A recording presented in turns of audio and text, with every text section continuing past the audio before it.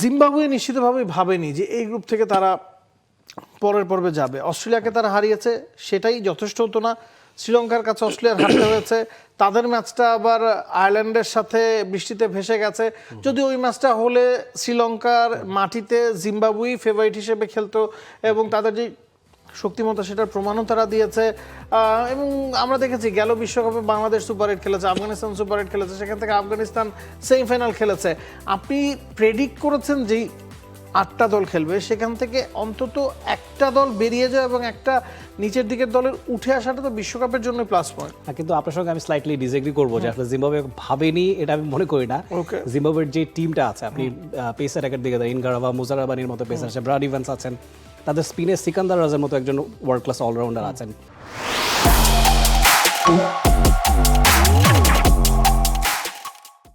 ব্যাটিংয়ের দিকে Brendon Taylor ছিলেন, যদিও তিনি ছিটকে গিয়েছেন।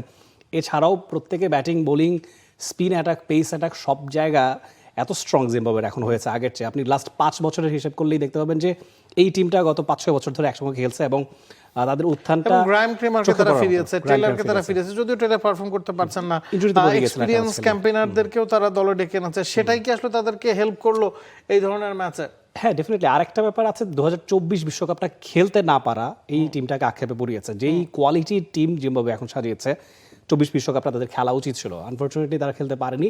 সেটাই হয়তোবা আসলে তাদের আরও বেশি তাতিয়ে দিয়েছে এই বিশ্বকাপে ভালো করার জন্য, এবং পরের রাউন্ডে যাওয়াটা আমার কাছে মনে হয় যেভাবে তারা অস্ট্রেলিয়াকে হারিয়েছে, দি ডিজার্ভ ইট। ধরুন আপনি পেসারদের কথা বলছিলেন, মুজুরাবানি, এনগারাভা বা সিকান্দার রাজা, রায়ান বার্ল, হ্যাঁ, অনেকেই কিন্তু এখন ফ্র্যাঞ্চাইজি ক্রিকেট খেলছেন। বিপিএল এরা নিয়মিত মুখ, শুধু বিপিএল না, আমরা পিএসএল এ তাদেরকে খেলতে দেখি, IL-T20 খেলতে দেখি, সিপিএল এ তাদেরকে খেলতে দেখি।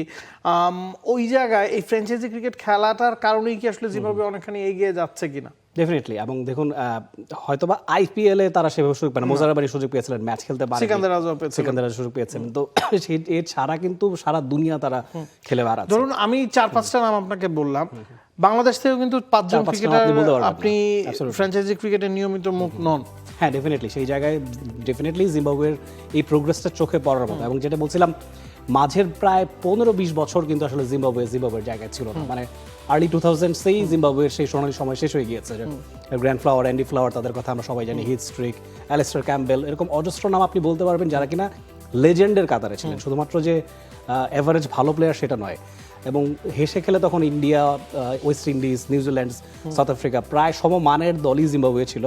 হয়তোবা বিশ্বকাপের সেমিফাইনালে তাদেরকে দেখা যায়নি বা ফাইনাল খেলতে পারেনি, কিন্তু সেই প্রসেসে তারা ছিল। তারা সম্ভাবনাটা আপনি উড়িয়ে দিতে পারতেন না, যেটা কিনা গত বেশ কয়েক বছরেই আমরা দেখেছি যে জিম্বাবুয়ে 50 ওভারের বিশ্বকাপ খেলতে পারেনি, T20 বিশ্বকাপ খেলতে পারেনি। এত মানে উত্থান পতনের পর এখন এসে একটা স্টেডি জায়গায় জিম্বাবুয়ে দাঁড়িয়েছে এবং দেশটার করাপশনের কথাও যদি বলতে হয় সেটা অনেকখানি কমেছে, যেটা কিনা ক্রিকেট অনেকখানি প্রভাব ফেলেছিল। তো এই অভিশাপটা থেকে মুক্তি পেলেছে এই বিশ্বকাপে জিম্বাবুয়ে, সেটাই সবচেয়ে ইতিবাচক দিক আসলে।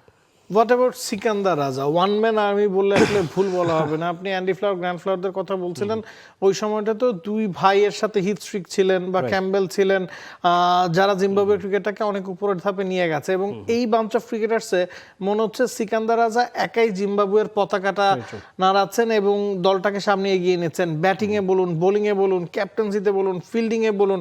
এবং আপনি কি জানেন তার বয়স কত? 35, I guess. অনেক বেশি, 37-38 হওয়ার কথা। এবং সেটা তার ফিটনেস দেখে বোঝা যায় না। আমি নট শিওর, আপনারটাও হতে পারে, কিন্তু তার বয়স বা এক্সপিরিয়েন্স যেটা, সেটা তার এনথুজিয়াজম বা ফিটনেস দেখে কিন্তু একেবারেই আঁচ করা যায় না। ডেফিনেটলি। এবং এই জায়গায় সিকান্দার রাজার ট্রেনিংয়েরও একটা ব্যাপার আছে। তার ট্রেনিংটাও খুব ডিফারেন্ট এবং তিনি জানেন যে তাকে আরও 4-5 বছর খেলতে হবে এবং ফ্র্যাঞ্চাইজি লিগে তিনি খেলতে চান। এবং এই ব্যাপারটাই হয়তো আসলে প্লেয়ারদেরকে, ক্রিকেটারদের এখন আলাদা করে দেয়। একটা সময় 34-35 হয়ে যাওয়া মানে ক্রিকেটারদের শেষ হয়ে যেত। খুবই আনইউজুয়াল যে 40 পর্যন্ত। এখন সচিন টেন্ডুলকার খেলেছেন 42 পর্যন্ত বা 41 পর্যন্ত, কিন্তু এছাড়া আপনি অত কেসেস পাবেন এখন। কিন্তু হরহামেশাই ধরুন সিকান্দার রাজা পিএসএল এর ডিরেক্ট সাইনিং এ দল পেয়েছেন, সম্ভবত Lahore কালান্দার্সে।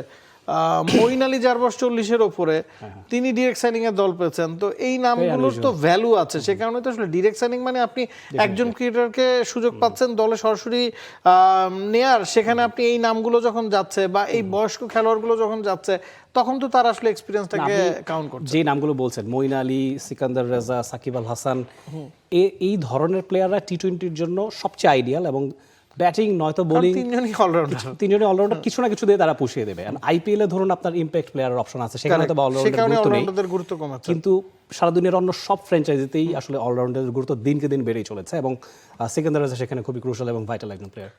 For more updates, subscribe to our YouTube channel and click on the bell icon. Follow us on Facebook and Instagram. Download T-Sports app to enjoy exciting games and highlights. Visit tsports.com.